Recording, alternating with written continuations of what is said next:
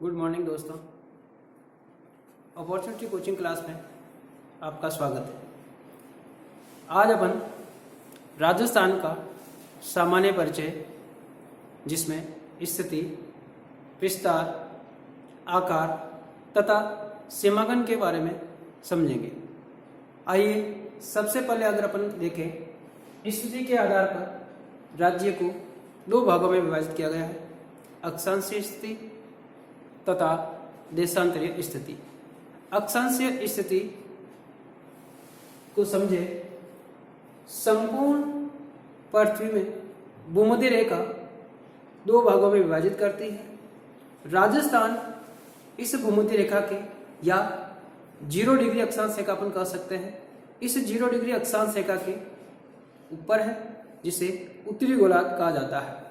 तो राज्य को अपन देखें, 0 डिग्री अक्षांश रेखा संपूर्ण विश्व को दो भागों में विभाजित करती है।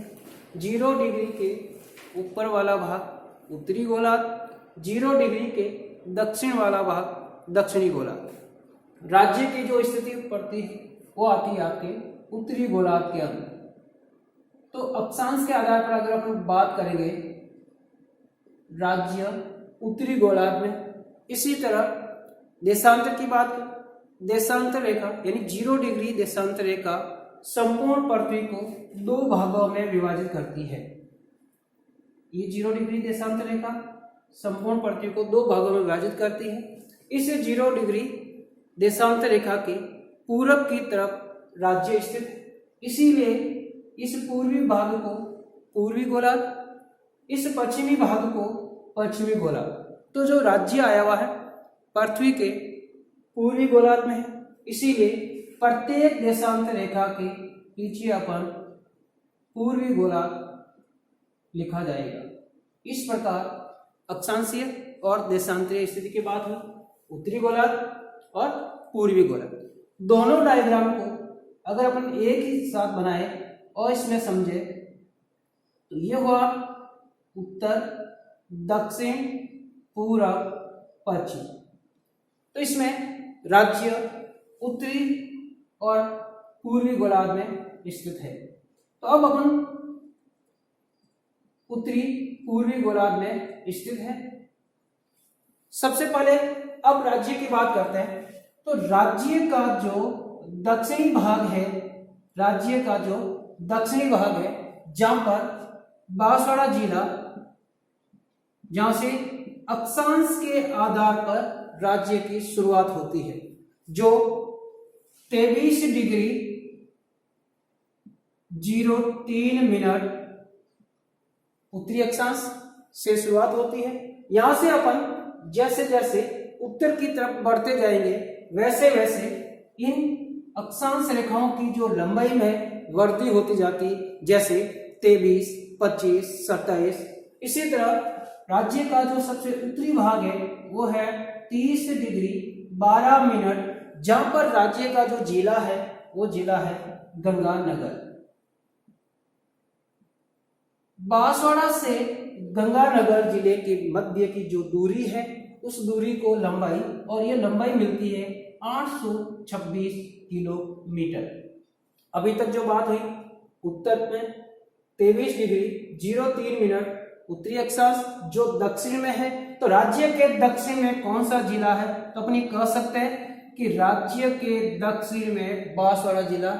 इसी तरह अगर अपन बात करें कि राज्य के उत्तर में कौन सा जिला है, तो राज्य के उत्तर में जो जिला है वो है आपके गंगानगर। इसी तरह उत्तर से दक्षिण की ओर राज्य की कुल लंबाई, वो कुल लंबाई हुई 826 किलोमीटर। इसी तरह अगर अपन बात करें यहीं पर समझे कि बांसवाड़ा के अंदर, या इस तरह से एग्जाम में प्रश्न पूछा जाता है कि राज्य के सबसे दक्षिण में कौन सा गांव है, तो यहाँ पर जो गांव है उस गांव का नाम है बोरकुंड गांव। इसी तरह आपके दक्षिण में हुआ बोरकुंड गांव। इसी तरह उत्तर की तरफ बात करें अपन कि उत्तर में, राज्य के उत्तर में सबसे कौन सा गांव है, तो यहाँ गांव का नाम आता है कोणा गांव। यहाँ पर एक दो प्रश्न अपन एग्जाम की दृष्टि से लेते हैं। इसमें अक्षांश की बात करें अपन और अक्षांश के अनुसार अगर अपन देखें तो सबसे पहले देखिए इसके आधार पर यहाँ पे सूर्य की बात करते हैं अपन, यह है पृथ्वी, और यहाँ पर प्रश्न किस टाइप से बनते हैं उनको अपन यहाँ पर ले रहे हैं। तो ये जो 0 डिग्री अक्षांश रेखा है जहां पर सूर्य की किरणें लंबवत रूप में पड़ती है और वर्ष में 2 बार सूर्य की किरणें यहाँ पर सीधी पड़ती है। तो प्रश्न क्या बना अपन के, प्रश्न ये बना कि राज्य के कौन से जिले में सूर्य की किरणें हैं वो सीधी पड़ती है। तो देखिए सूर्य की सीधी किरणें कौन से भाग में पड़ेगी, तो सबसे पहले अपने बात की यहाँ पे 0 डिग्री, इसी प्रकार से यहाँ पे बात करते हैं 0 के बाद में यहाँ पर लेते हैं अपन 23.5 डिग्री, 23.5 डिग्री उत्तरी अक्षांश रेखा। दूसरा बात, अब 0 डिग्री से 23.5 डिग्री के मध्य में जाओगे तो वहां पर सूर्य की किरणें प्रति वर्ष लगभग सीधी पड़ती है। सीधी पड़ने के कारण ये जो बीच वाला जो भाग है वो भाग आपके कहलाता है उष्ण कटिबंध। उष्ण कटिबंध का अभिप्राय ये होता है कि जहां सूर्य की किरणें लंबवत पड़ती है तथा प्रतिवर्ष वहां पर तापमान अधिक होता है। तापमान अधिक होने के कारण इस भाग के अंदर वर्षा भी अधिक होती है। वर्षा अधिक होने के कारण यहाँ पर सर्वाधिक जंगली जानवर रहते हैं तथा यहाँ पर सर्वाधिक वनस्पति पाई जाती है। इसी कारण इस भाग को कहा गया है आपके भूमध्य रेखीय वन प्रदेश, जहां पर जनसंख्या बहुत कम निवास करती है। तो यहाँ पर जो अपनी बात हुई कि उष्ण कटिबंध, अब इसको समझे अपन कि राज्य कौन से भाग में है, उष्ण कटिबंध में है या कोई दूसरा भाग। तो इससे ऊपर वाले भाग की अपन यहाँ चर्चा करते हैं। तो यहाँ पर आपके 67.5 डिग्री उत्तरी अक्षांश, तब 23.5 डिग्री से लेकर 67.5 डिग्री के बीच वाला जो भाग आता है उस भाग को कहा जाता है आपके शीतोष्ण कटिबंध। तो ये भाग कौन सा हुआ आपके शीतोष्ण कटिबंध। और यहाँ आपके एग्जाम में प्रश्न बनता है कि राज्य कौन से कटिबंध में स्थित है, उष्ण कटिबंध या शीतोष्ण कटिबंध। तो इसके लिए अपन को क्या करना पड़ेगा, इसके लिए अपन को ये जो चीज अपने चर्चा कर रहे थे यहाँ पर समझ रहे थे अपन कि राज्य का दक्षिणतम भाग कौन सा है। तो बांसवाड़ा जिला की बात की अपने, कौन सा गांव आपके बोरकुंड। तो यहाँ पे अपन किसके आधार पर चर्चा कर सकते हैं, जहां पे अपने लिखा था 23.5 डिग्री। इस 23.5 डिग्री को कर्क रेखा भी कहा जाता है। तो ये हुई आपकी कर्क रेखा। और कर्क रेखा के बारे में साथ आप जानते ही हो, कर्क रेखा भारत के मध्य से होकर गुजरती है, जो 8 राज्यों से होकर गुजरती है। गुजरात के बाद राजस्थान, तो राजस्थान के दक्षिण से होकर गुजरती है। और इसी को अगर अपन यहाँ देखिए, यहाँ अगर समझे इसको कि जो राज्य का जो दक्षिणी भाग है, इस दक्षिणी भाग के अंदर यहाँ जो जिला है आपके बांसवाड़ा जिला, और इस बांसवाड़ा जिले के बिल्कुल बीच में, इस बांसवाड़ा जिले के ऊपर की बात करेंगे अपन तो यहाँ पे आता है आपके डूंगरपुर। तो यहाँ जिला कौन सा होगा आपके डूंगरपुर जिला, तथा यहाँ पे कौन सा जिला हुआ आपके बांसवाड़ा जिला।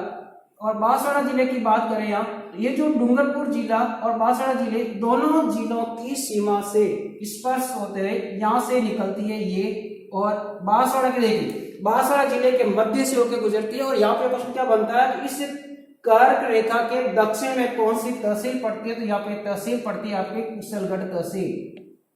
तो तहसील कौन सी आपकी कुशलगढ़ तहसील, और ये बांसवाड़ा जिले के अंदर। और इस बांसवाड़ा के ऊपर वाला भाग, अब आधा आप यहाँ पे समझ सकते हैं कि बांसवाड़ा का जो आधा भाग आ जाता है इस कर्क रेखा के उत्तर में, और जो आधा भाग है इसके दक्षिण में जाता है। तो यहाँ पे अपन को देखना पड़ेगा, ये जो कर्क रेखा है आपके, कर्क रेखा राजस्थान के कितने जिलों से होकर गुजरती है। तो 2 जिले, बांसवाड़ा के मध्य से होकर गुजरती है, लेकिन बांसवाड़ा तथा डूंगरपुर जिले की सीमा को स्पर्श करते हुए तो 2 जिलों से होकर गुजरती है।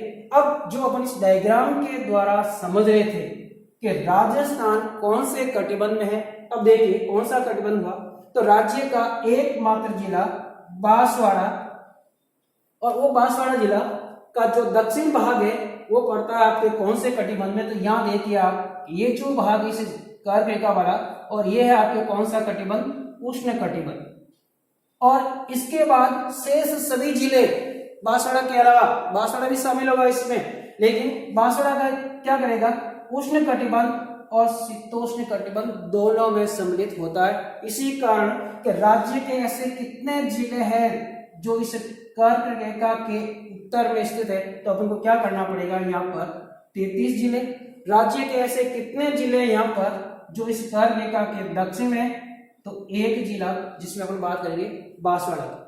अब बांसवाड़ा को अपने दोनों तरफ काउंट किया था क्योंकि बांसवाड़ा उष्ण कटिबंध और शीतोष्ण कटिबंध दोनों में है, लेकिन राज्य का जो अधिकांश भाग है वो है आपके शीतोष्ण कटिबंध में। तो इसीलिए इस कर्क रेखा के आधार पर अपन समझ सकते हैं कि राज्य उष्ण तथा शीतोष्ण कटिबंध दोनों में सम्मिलित है।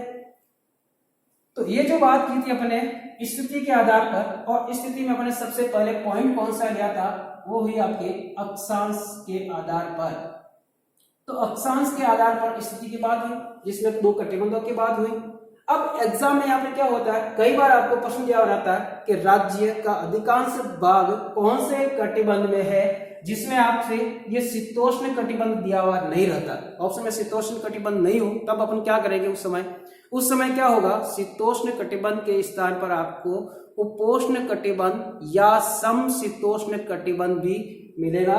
तो यहाँ पर देखिए 0 से 23.5 तक वाला भाग की बात की, जिसमें 23.5 का जो अंतर लिया था। अब अगर अपन यहाँ 23.5 डिग्री से 67.5 डिग्री के बीच में देखें, तो यहाँ पर आपको 23.5 डिग्री के अंदर 23.5 डिग्री और ऐड करना पड़ेगा। तब यहाँ पे क्या होगा, यहाँ पर मिलेगा आपको 47 डिग्री, 47 डिग्री। अब इसी के बाद चर्चा इसी की कर रहे हैं अपन, शीतोष्ण कटिबंध। शीतोष्ण कटिबंध को समझने के लिए दो भागों में विभाजित किया, 23.5 डिग्री से लेकर 47 डिग्री।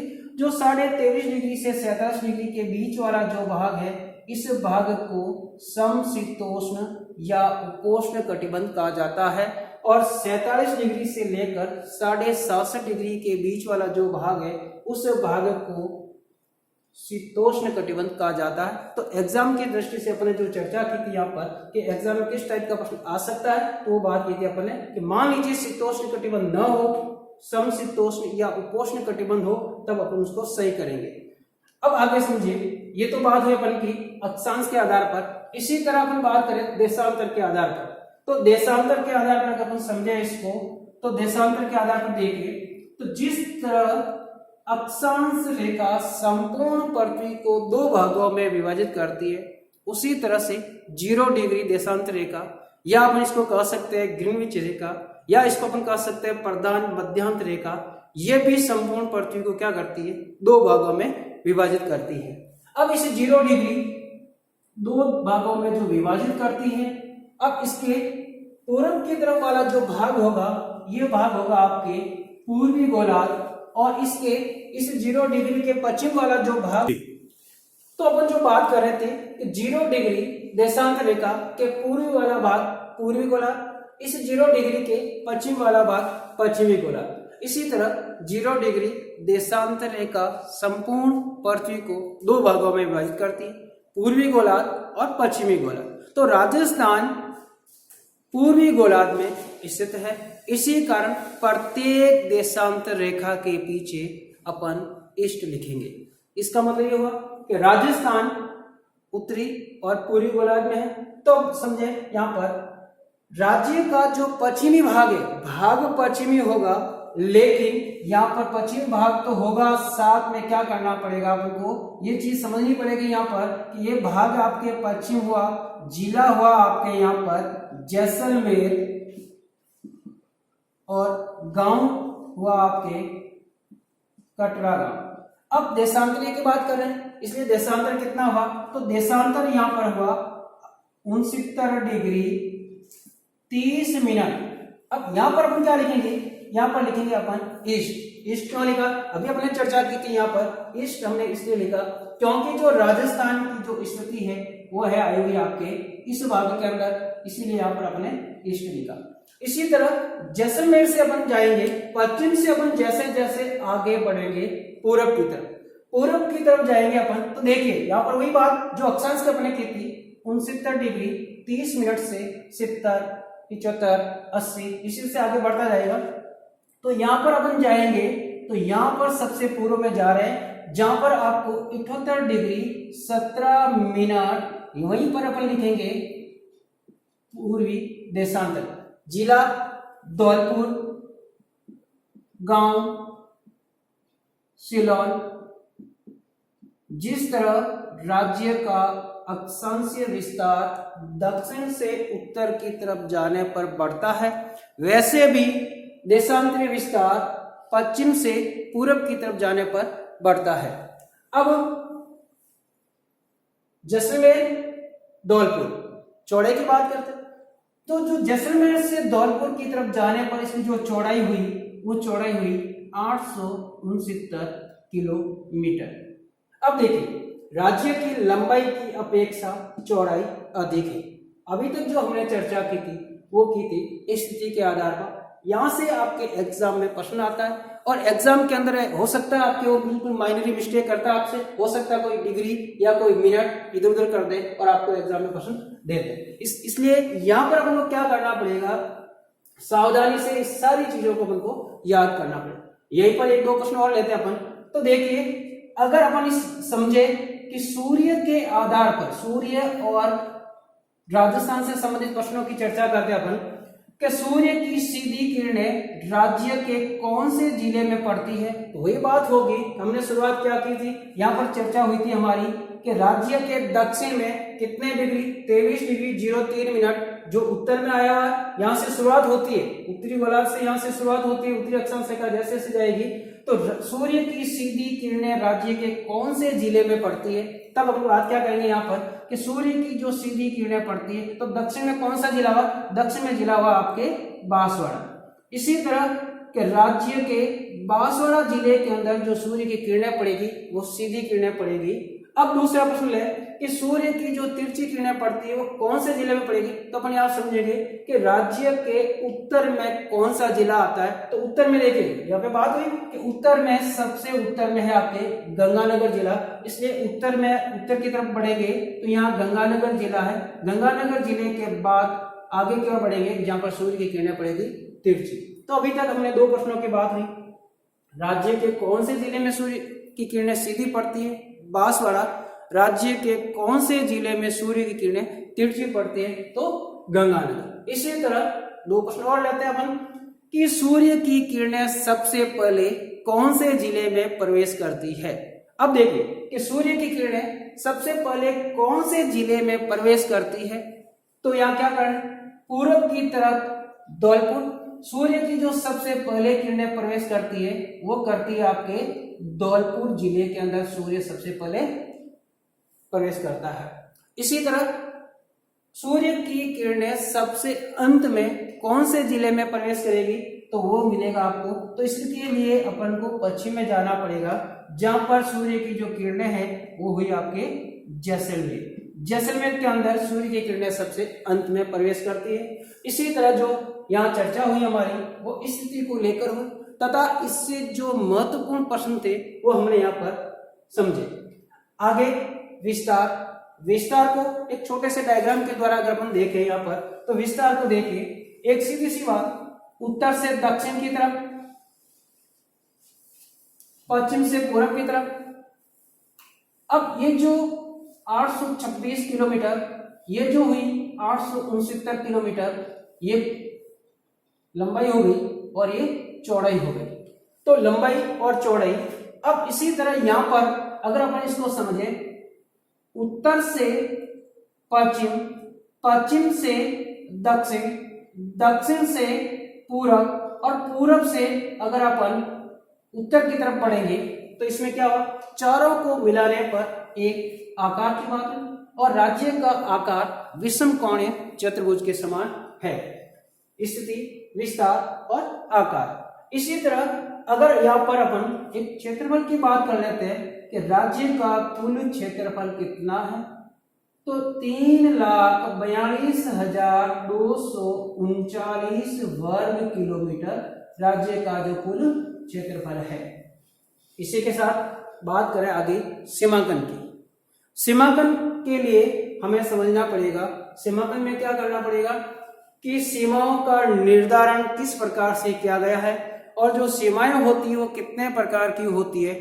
तो दोस्तों दो प्रकार की सीमाएं होती है। राज्य को देखें, एक तरफ की जो सीमा है आपके, ये जो भाग पड़ता है ये भाग है आपके उत्तर और पश्चिम। तो उत्तर तथा पश्चिम की तरफ आप खुद ही बता दीजिए कौन सा देश है, पाकिस्तान। तो किसी भी देश के साथ में जो सीमा लगती है उस सीमा को अंतर्राष्ट्रीय सीमा कहते हैं। तो राजस्थान की जो सीमा है उत्तर से लेकर पश्चिम की तरफ अंतर्राष्ट्रीय सीमा, और दूसरी शेष सीमा को देखिए आप, शेष सीमा जो सीमा राज्यों के साथ में लगती है उस सीमा को अंतर्राज्यीय सीमा कहते हैं। तो सीमांकन का निर्धारण कितने प्रकार से किया गया, 2 प्रकार से, अंतर्राष्ट्रीय और अंतर्राज्यीय। अब इस सीमांकन को समझे कि राज्य की कुल सीमांकन की जो टोटल है आपके 5,920 किलोमीटर, जो उत्तर से पश्चिम, दक्षिण और पूरब की तरफ जाते हैं। तब अपन सीमांकन की बात कर रहे हैं तो राज्य की जो सीमांकन है, इस सीमांकन का निर्धारण 2 प्रकार से किया गया है, अंतर्राष्ट्रीय सीमा और अंतर्राज्यीय सीमा। अब अंतर्राष्ट्रीय सीमा, तो अंतर्राष्ट्रीय सीमा की जो कुल लंबाई है वह है आपकी 1070 किलोमीटर, और जो अंतर्राज्यीय सीमा है इसकी जो लंबाई है आपकी 4850 किलोमीटर। देखिए सीमांकन 1070 किलोमीटर जो है उस सीमा को अंतरराष्ट्रीय सीमा, और इस अंतरराष्ट्रीय सीमा का जो नाम है वो नाम है आपके रेड क्लिफ सीमा, और इसकी जो लंबाई हुई 1070 किलोमीटर, और ये लगती है आपके पाकिस्तान के साथ। 4850 किलोमीटर की लंबाई में अंतर्राज्यीय सीमा, और ये अंतर्राज्यीय जो सीमा है ये राजस्थान की जो सीमा है राज्यों के साथ में लगती है। अब कौन कौन से राज्य हैं उसकी बात करें अपन, तो देखिए इसको अगर अपन समझे यहां पर, तो उत्तर, पश्चिम, दक्षिण और पूर्व। उत्तर से पश्चिम की तरफ जो सीमा है वो सीमा हुई आपके अंतर्राष्ट्रीय सीमा, शेष जो सीमा है वो हुई आपके अंतर्राज्यीय सीमा। तो अंतर्राष्ट्रीय सीमा की बात की अपने यहां पर 1070 किलोमीटर। अब अंतर्राज्यीय सीमा की बात करते हैं तो ये जो शेष सीमा है, यहां से जाओगे आप, इस प्रकार की ये जो सीमा मिल रही है आपकी वो है अंतर्राज्यीय सीमा, और इसकी जो लंबाई है 4850 किलोमीटर। अब देखिए यहां पे पंजाब, हरियाणा, उत्तर प्रदेश, मध्य प्रदेश तथा गुजरात, ये जो सीमा है ये सीमा आपके अंतर्राज्यीय सीमा। तो अंतर्राज्यीय जो सीमा है वो कितने राज्यों के साथ में लगती है, 5 राज्यों के साथ में सीमा लगती है। अब 5 राज्य कौन से हुए, अभी अपने बात की थी, पंजाब, हरियाणा, उत्तर प्रदेश, मध्य प्रदेश तथा गुजरात। अब देखिए अंतर्राष्ट्रीय सीमा, अंतर्राष्ट्रीय सीमा की जो शुरुआत होती है वो होती है दोस्तों गंगानगर जिले से, और गंगानगर जिले के अंदर कई बार एग्जाम में स्थान के बारे में चर्चा की जाती है। तो जो स्थान है आपके, वो स्थान है आपके हिंदूमल कोट। हिंदूमल कोट गंगानगर के अंदर, यहां से इस अंतर्राष्ट्रीय सीमा की शुरुआत होती है। गंगानगर के बाद बीकानेर, बीकानेर के बाद जैसलमेर, और जैसलमेर के बाद बाड़मेर। अब बाड़मेर में भी स्थान की चर्चा करें अपन, तो यहाँ पर बाड़मेर के अंदर जो स्थान है आपके वो है सागढ़। तो हिंदूमल कोट से लेकर सागढ़ तक जो अंतर्राष्ट्रीय सीमा है जिसकी लंबाई है 1070 किलोमीटर। अब यहाँ पर कितने जिले हुए, number 1 Ganganagar, number 2 Bikaner, number 3 Jaisalmer, number 4 Barmer. अब इस देखिए गंगानगर के साथ में जो सीमा लगती है वो कितनी है, तो 210 किलोमीटर। बीकानेर के साथ में कितनी है, 168 किलोमीटर। जैसलमेर के साथ में कितनी है, 464 किलोमीटर, तथा बाड़मेर के साथ में कितनी है, 228 किलोमीटर। अब देखिए यहाँ पे प्रश्न क्या बना, प्रश्न ये बना कि राज्य का कौन सा जिला जिसकी सीमा सर्वाधिक अंतरराष्ट्रीय है, तो यहाँ पे हुआ आपका आंसर जैसलमेर। राज्य का कौन सा जिला है जिसकी जो सीमा है वो सबसे न्यूनतम अंतरराष्ट्रीय सीमा है, तो वो आपके बीकानेर। क्रम आपको याद करना पड़ेगा, एग्जाम में जो क्रम पूछा जाता है कई बार कि किसकी सीमा कितने किलोमीटर है, तो ऊपर नीचे दिया हुआ रहता है इस हिसाब से। इसमें अपन समझ सकते हैं, देखिए समझने का, प्रश्न को याद करने का तरीका बता रहा हूं कि यहाँ पर सबसे ज्यादा किसकी हुई, जैसलमेर 464। दूसरे नंबर पे कौन सा आएगा, तो जैसलमेर के बाद में कौन सा आता है, बाड़मेर, तो दूसरे नंबर पे बाड़मेर। अब तीसरे नंबर पे कौन सा हुआ, सीधा ऊपर चली जाइए हिंदुमानगढ़ 210, और कौन सा, बीकानेर। तो 4 जिलों की सीमा, अंतरराष्ट्रीय सीमा शुरुआत कहां से होती है, हिंदुमल कोट, और कहां तक, सागर तक। अब यहां से कई बार यह भी पूछा जाता है कि इस अंतरराष्ट्रीय सीमा के सबसे नजदीक नगर कौन सा है, कौन सा शहर या नगर कह सकते हैं अपन जो इस अंतरराष्ट्रीय सीमा के सबसे नजदीक है, पास में है। तो देखिए जो इसमें सबसे नजदीक आया हुआ है, अब आप इसमें 4 है, गंगानगर, बीकानेर, जैसलमेर और बाड़मेर। तो कौन सा होगा, इसके लिए आपको कन्फ्यूज करने वाला है। तो सबसे नजदीक जो शहर आया हुआ आपके वो कौन सा है, तो इसमें आपको मिलेगा गंगानगर। सबसे दूर, इस अंतरराष्ट्रीय सीमा के सबसे दूर कौन सा है, तब आपको यहाँ पे बात करेंगे अपन बीकानेर। तो सबसे नजदीक कौन सा हुआ, सबसे दूर कौन सा हुआ, और कुल कितने जिले हैं जो अंतरराष्ट्रीय सीमा के साथ, तो 4 जिले। अब देखिए, अब बात करते हैं अपन अंतरराज्यीय सीमा वाले जिलों की। तो यहाँ पे पंजाब, दोस्तों पंजाब के साथ कितने जिलों की सीमा लगती है, 2 जिलों की। पंजाब के बाद में हरियाणा, हरियाणा के साथ में कितने जिलों की सीमा लगती है, 7। उत्तर प्रदेश, उत्तर प्रदेश के साथ में कितने जिलों, 2। और मध्य प्रदेश, मध्य प्रदेश के साथ में कितने जिले, 10। और गुजरात, गुजरात के साथ में कितने जिले, 6 जिले। तो पंजाब के साथ 2, हरियाणा के साथ में 7, उत्तर प्रदेश के साथ में 2, मध्य प्रदेश के साथ में 10 तथा गुजरात के साथ में कितने हुए, 6। अगर अपन यहां की बात करते हैं सीधा कि अगर आपसे कहे कि गंगानगर, जैसलमेर, बांसवाड़ा, धौलपुर और वापस यहाँ पे गंगानगर तक, तो कुल कितने जिलों की आप यात्रा करोगे, तो कुल कितने जिले होंगे, तो कुल जिलों की संख्या मिल रही है आपकी 25 जिले। 25 जिले जो अंतरराष्ट्रीय तथा अंतरराज्यीय सीमा बनाते हैं। शेष कितने जिले हैं जो अंतरराज्यीय तथा अंतरराष्ट्रीय सीमा नहीं बनाते हैं, तो अपन को क्या करना पड़ेगा, कुल जिलों की संख्या कितनी हुई, 33। 33 में से अपन को कितने मिले, 25। शेष कितने रहे आपकी, 8 जिले ऐसे हैं जो अंतरराष्ट्रीय तथा अंतरराज्यीय सीमा नहीं बनाते हैं। अब देखें, 4 जिलों की बात हुई अंतरराष्ट्रीय, शेष जो जिले हैं यहाँ पे, अगर एग्जाम में आपसे इस तरह से पूछा जाता है कई बार कि कितने जिले हैं जो अंतरराष्ट्रीय सीमा बनाते हैं, तो अंतरराष्ट्रीय सीमा बनाने वाले जिले हैं आपके 4, लेकिन उसमें छोटा सा एक कंफ्यूज करने वाला एक शब्द डाल दे, केवल अंतरराष्ट्रीय सीमा बनाने वाले जिलों की संख्या कितनी है, केवल पूछ लिया, तब हम क्या करेंगे, देखिए यहाँ पर हमको क्या करना पड़ेगा, गंगानगर को छोड़ना पड़ेगा, इसके बाद कौन सा जिला, बाड़मेर, इसको छोड़ना पड़ेगा, क्योंकि अपन इन दोनों को काउंट नहीं कर पाएंगे। क्यों नहीं कर पाएंगे, क्योंकि क्या पूछा अपन को, यहाँ पर एक शब्द दे दिया केवल।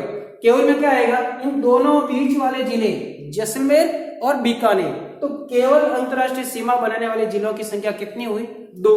अब यहाँ पे दोनों गंगानगर तथा बाड़मेर दोनों को अपन ने छोड़ दिया। क्यों छोड़ा दोनों को, याद कीजिए, गंगानगर की अगर अपन बात करते हैं तो गंगानगर की अगर बात करते हैं, इधर कौन सा है, पाकिस्तान जो अंतरराष्ट्रीय सीमा। इसी तरह यहाँ बात करते हैं अपन कौन सा, पंजाब, और पंजाब के साथ में कौन सी सीमा, तो बात की थी अंतरराज्यीय। तो यहाँ पर भी कि राजस्थान के ऐसे कितने जिले हैं जो अंतरराष्ट्रीय तथा अंतरराज्यीय सीमा बनाते हैं, तो 2। कौन कौन सा, एक तो मिला आपको गंगानगर, इसी तरह दूसरा कौन सा, तो दूसरा अगर अपन यहाँ जाएंगे जहाँ पे बाड़मेर को भी देखिए, इधर देखेंगे अपन तो पाकिस्तान, और यहाँ पर अगर बात करेंगे अपन तो कौन सा, गुजरात। इसी तरह अंतरराष्ट्रीय तथा अंतरराज्यीय सीमा बनाने वाले जिलों की संख्या कितनी हुई, 2। इसी तरह शेष प्रश्न लेते हैं अपन, अगर आपसे कहे कि अंतरराज्यीय सीमा बनाने वाले जिलों की संख्या कितनी है, टोटल देखो गणित वाला प्रश्न यहाँ पे हो रहा है कि टोटल कुल कितने जिलों की बात की, 25। इसके बाद में हमने क्या बात की कि अंतरराष्ट्रीय सीमा बनाने वाले जिलों की संख्या कितनी हुई? 4। फिर हमने क्या बात की कि यहाँ पर 2 जिले ऐसे हैं जो केवल अंतरराष्ट्रीय सीमा बनाते हैं। नेक्स्ट प्रश्न ले रहे हैं अपन यहाँ पे कि अंतरराज्यीय सीमा बनाने वाले जिलों की संख्या कितनी, और ऑप्शन भी आपको देखिए इस तरह से ऑप्शन दिया रहेगा 20, 21, 23 और 25। प्रश्न क्या पूछा? अंतरराज्यीय सीमा वाले। तो इसमें अपन को क्या करना पड़ेगा, जैसे अंतरराज्य शब्द दिया हुआ रहेगा, अब अपन क्या करेंगे, इन दोनों बीच वालों को छोड़ देंगे। तो ऑप्शन में क्या होगा आपके 23 जिले ऐसे हैं जो यहाँ पे अंतरराज्यीय सीमा बनाते हैं। लेकिन वही बात कि अगर बीच में आपको दे दे कि केवल अंतरराज्यीय सीमा वाले, केवल शब्द डाल दिया, तो अपन क्या करेंगे, इन चारों को अपन को बाहर निकालना पड़ेगा। दोस्तों गंगानगर तथा बाड़मेर दोनों को अपन बाहर निकाल देंगे, क्योंकि ये अंतरराष्ट्रीय तथा अंतरराज्यीय दोनों सीमा बनाते हैं। तो केवल शब्द यहाँ रहेगा, तब अपन बात करेंगे 21।